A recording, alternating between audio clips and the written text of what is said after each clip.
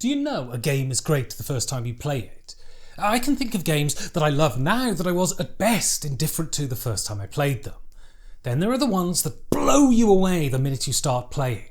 The rules are explained to you, there's a little time to wrap your head around the mechanisms, and then the game smacks you between the eyes. This is Pray Another Day, the new card game from Brett Gilbert and Matthew Dunstan. Not only did this game blow me away though, after my first play I knew that I'd played a classic, a game that will be talked about a lot. It is a game that is incredibly simple but has such wonderful interactions firing off around the table that you can't help but be beguiled by it. This one's a cracker, and I'm going to tell you why.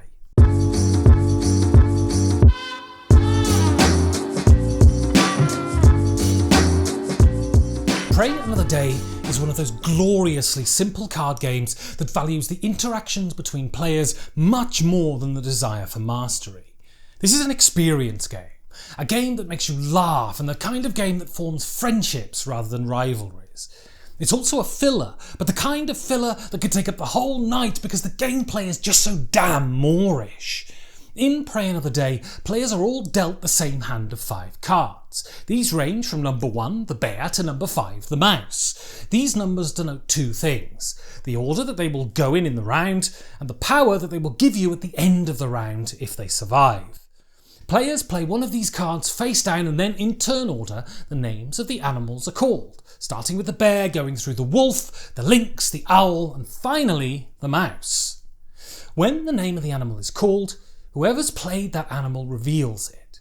If more than one player has chosen a particular animal, then they're too busy fighting for territory and they don't get to hunt.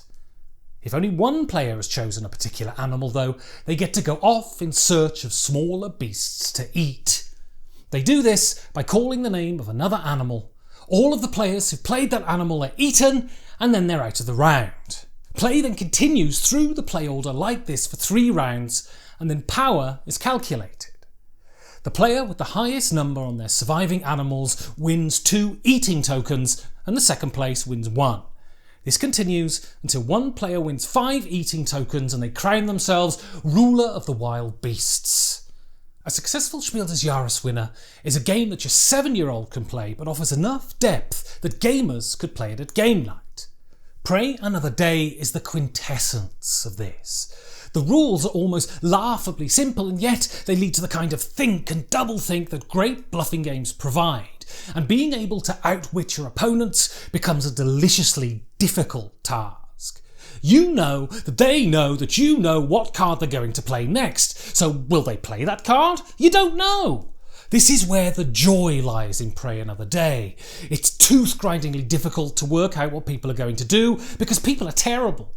The reason I mention the Spiel des Jahres in connection with this game is because it just fits so perfectly. It's a true family game in that the entire family can get something out of it.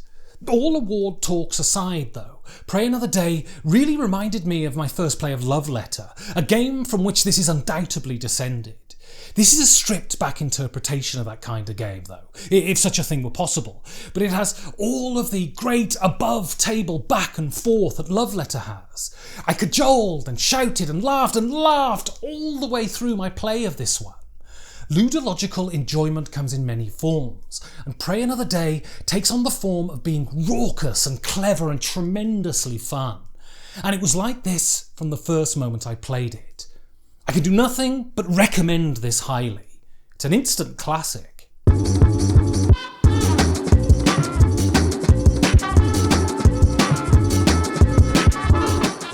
Thanks so much for watching.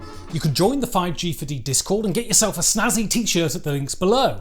And if you like what I'm doing and want to support me, you can go to patreon.com/5G4D and support the show. Thanks again. I'll see you in the next 5G4D review.